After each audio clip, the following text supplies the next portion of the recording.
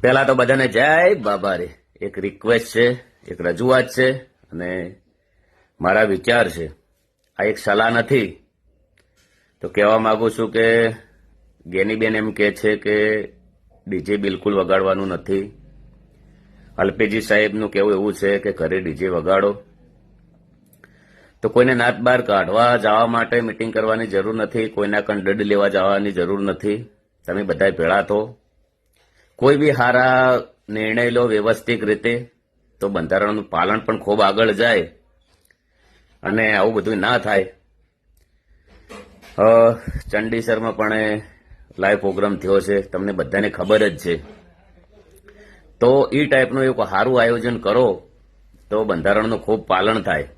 અને ન્યાયની વાત કરીએ તો એક મોટું ષડયંત્ર રમણું છે મારા પાસે. અત્યારે બી કહું છું, અમારા ગામમાં પણ બહુ મોટો વિખવાદ થયો છે. હવે સોગન ઉપર વાતો આવી ગઈ છે. અને બીજું કે સાહેબનું કહેવું એવું છે કે ડીજે વગાડો બેન, કે ડીજે મત વગાડો. તો એક સમાજમાં પણ બહુ સમાજને શું કરવું એ પણ નિર્ણય નથી. અથવા એક દિલથી મારા વિચાર પ્રમાણે રજૂઆત છે કે ડીજેમાં 5-6 હજાર ખર્ચો થતો હોય તો 15,000 રૂપિયા લંકાવાળા પણ લેતા હોય છે. એના વિશે કોઈક વિચારો. આપણે નિયમો એના માટે કરેલા છે, બંધારણ એના માટે કરેલું છે કે ખર્ચા ઓછા કરવા માટે. તો ડીજે કરતા ખર્ચો પણ એના પણ અંદર વધી જાય છે. અને આપણે સમાજની માફી માગી લઈએ, આપણે કશું વધો નથી. આપણે કોઈ નેના બાપના નહીં થઈ જતા. એક બીજું પણ દંડ થાય તો જે ઘર ધણી છે, જેના ઘેર લગ્ન હતા, એ વ્યક્તિ થાય નાત બાર જાય અને એ વ્યક્તિને નાત બાર મૂકવો જોઈએ. કદાચ એ વ્યક્તિ દંડ ના હાલે. નિર્ણય એ છે, એમને પૂછવામાં બી આવવું જોઈએ.